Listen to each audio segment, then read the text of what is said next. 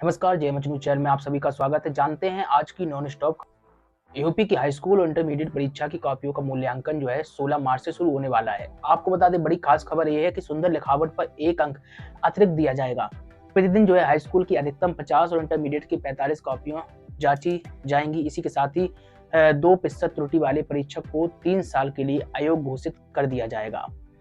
चलिए बात कर लेते हैं, देश में किसी भी समय लोकसभा चुनाव की तारीखों का ऐलान हो सकता है, लेकिन चुनाव तारीखों के ऐलान से पहले बसपा यानी बहुजन समाज पार्टी की ओर से बड़ा फैसला किया गया है। बसपा के जो है इस ऐलान से कांग्रेस की टेंशन बढ़ गई है। क्यों? क्योंकि उत्तर प्रदेश की रायबरेली और अमेठी सीट कांग्रेस की परंपरागत सीट में से मानी जाती है। अब इन दोनों सीटों पर बसपा ने कांग्रेस को झटका देने की तैयारी की है। तैयारी यह है कि पार्टी इन दोनों ही सीटों पर अपने उम्मीदवार उतारेगी।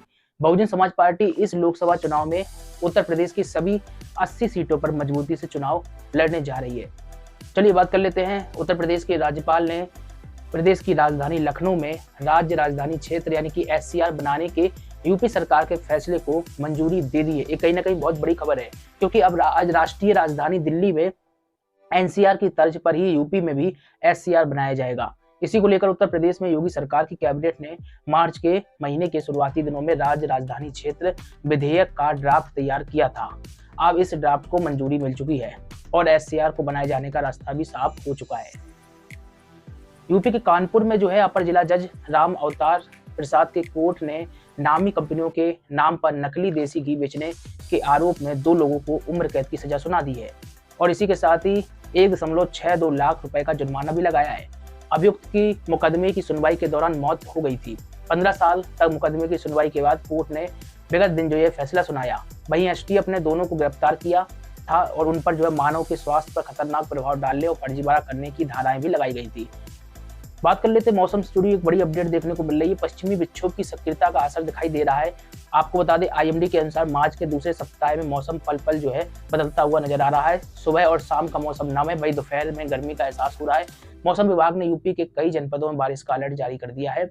लखनऊ स्थित मौसम विज्ञान केंद्र के जो है वैज्ञानिक के अनुसार प्रदेश में 15 मार्च यानी शुक्रवार आज पश्चिमी और पूर्वी यूपी में मौसम शुष्क चल रहा है। इसी के साथ ही जो है आपको बता दें, कल यानी 16 मार्च को भी पश्चिमी और पूर्वी यूपी में मौसम में कोई बदलाव होने की फिलहाल संभावना नहीं है। इसी के साथ ही भविष्य में जो है बारिश की संभावना जताई गई है। बात कर लेते हैं, लोकसभा चुनाव व होली के त्योहार को लेकर विभिन्न स्तर पर सुरक्षा प्रबंध सुनिश्चित कराए जा रहे हैं। वहीं दंगा नियंत्रण वाहनों की संख्या बढ़ने से पुलिस की ताकत भी बढ़ रही है। आपको बता दें, मुख्यमंत्री योगी आदित्यनाथ के निर्देश पर उपद्रवियों व अपराधियों पर और अधिक त्वरित कार्रवाई व प्रभावी नियंत्रण के लिए इन वाहनों की खरीद के लिए 9.84 करोड़ रुपए स्वीकृत कर दिए गए हैं। ये 9.84 करोड़ रुपए इसके लिए स्वीकृत हुए हैं। अत्याधुनिक संसाधनों से लैस हो रही यूपी पुलिस के बेड़े में इसी माह 41 और दंगा नियंत्रण वाहन शामिल हो जाएंगे। आपको बता दें, नागरिकता संशोधन कानून लागू होने के बाद यूपी में शांति व्यवस्था बनाए रखने के लिए सभी जनपदों में सुरक्षा के व्यापक प्रबंध किए गए हैं। इसी के साथ ही बात कर लेते हैं, लोकसभा चुनाव 2024 से पहले विधानसभा चुनाव सकुशल संपन्न हो गया है। नवनियुक्त जो है सभी 13 विधान परिषद सदस्यों को सर्टिफिकेट सौंप दिया गया है। तस्वीर देख रहे हैं, विधान परिषद के सभी सदस्यों को निर्विरोध चुना गया है। इस चुनाव में बीजेपी के सबसे ज्यादा 7 और उनके सहयोगी दलों के 3 सदस्य MLC बन गए हैं। वहीं मुख्य विपक्षी समाजवादी पार्टी के 3 MLC बने हैं। बात कर लेते हैं, आज जो है देश भर में 2 रुपए पेट्रोल सस्ता हो गया है। लोकसभा चुनाव से पहले ये सरकार का फैसला है। इसी के साथ ही आपको बता दें, घटे हुए दाम देश भर में शुक्रवार सुबह 6 बजे से लागू हो चुके हैं और इसी के साथ ही पेट्रोल और डीजल की कीमतों में कमी से थोड़ा बहुत फौरी तौर पर राहत जरूर मिली है। चलिए बात कर लेते हैं, उत्तर प्रदेश के मुख्यमंत्री योगी आदित्यनाथ ने रामनवमी को लेकर रामनवमी और नवरात्रि की तैयारियों की समीक्षा की है। इस दौरान अयोध्या में वरिष्ठ अधिकारियों के साथ बैठक भी हुई है और बैठक में CM योगी ने कई निर्देश जारी किए हैं। बता दें, मुख्यमंत्री योगी आदित्यनाथ ने कहा है कि नवरात्रि में अष्टमी, नवमी और दशमी को श्री रामलला मंदिर में जो है 24 घंटे दर्शन पूजन की व्यवस्था की जाए और इसी के साथ ही अन्य इंतजाम भी दुरुस्त रखे जाएं। चलिए बात कर लेते हैं, जाते जाते एक और अपडेट आ रही है। CM योगी गुरुवार को 1 दिवसीय दौरे पर अयोध्या पहुंचे हुए थे। यहाँ पर जो है साकेत महाविद्यालय हेलीपैड से मुख्यमंत्री योगी आदित्यनाथ सीधे हनुमानगढ़ी दर्शन के लिए पहुंचे और यहाँ हनुमान जी की आरती उतारी और दर्शन पूजन किया।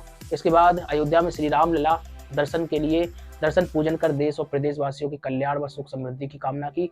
हनुमानगढ़ी में दर्शन पूजन के उपरांत मुख्यमंत्री योगी जो है आदित्यनाथ ने रामलला के दर्शन पूजन किए। वहीं मंदिर परिसर में अधिकारियों से भी व्यवस्था की जानकारी ली। इसी के साथ ही सीएम योगी ने रामलला के मंदिर में साष्टांग दंडवत होकर प्रभु श्री राम से प्रदेशवासियों के सुख और समृद्धि की कामना की है।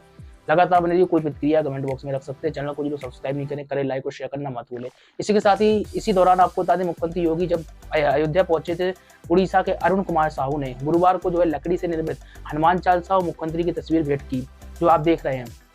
अरुण अपने हाथ से जो है बनाई गई दोनों वुडन आर्ट को लेकर अयोध्या पहुंचे थे।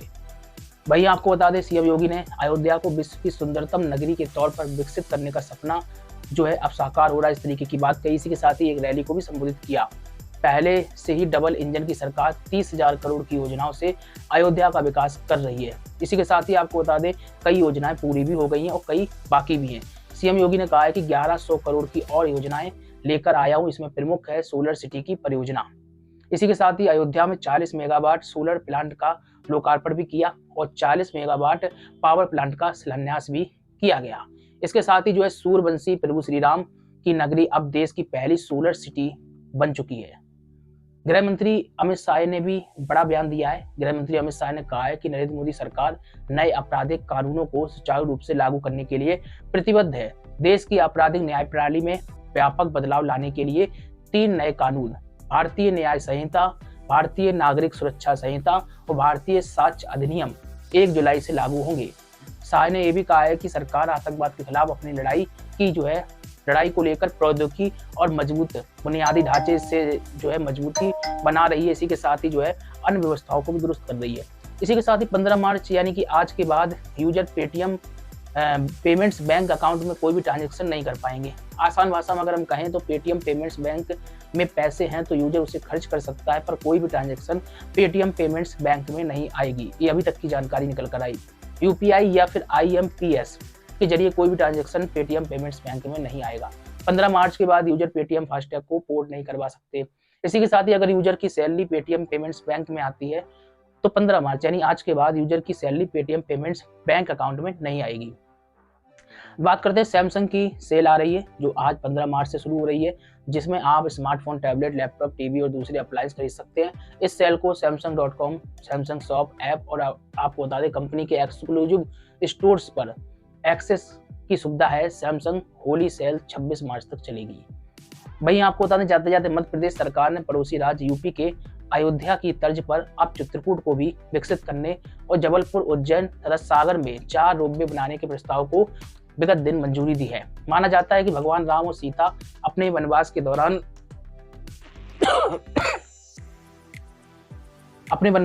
चित्रकूट में रुके थे। ऐसे में हिंदुओं में इस जगह को लेकर काफी आस्था है। यूट्यूबर मनीष कश्यप ने एक बड़ा बयान दिया है, कहा है कि अब उन्हें चुनाव लड़ने से कोई नहीं रोक सकता। वो चुनाव लड़ने के लिए तैयार है और किसी भी गठबंधन के साथ चुनाव लड़ने के लिए तैयार है। मतलब उन्हें जहां से भी टिकट मिल जाए उनके साथ वह चुनाव लड़ने के लिए मैदान में उतर जाएंगे। आपको बता दें कश्यप ने कहा है कि चुनाव लड़ने के लिए किसी तैयारी की जरूरत नहीं है, बल्कि वो अपनी तरफ से पूरी तरह से चुनाव लड़ने के लिए तैयार है। उन्हें बस बिहार के लोगों के आशीर्वाद की जरूरत है। लगातार बने रहिए, कोई प्रतिक्रिया है आपकी कमेंट बॉक्स में रखिए। नमस्कार।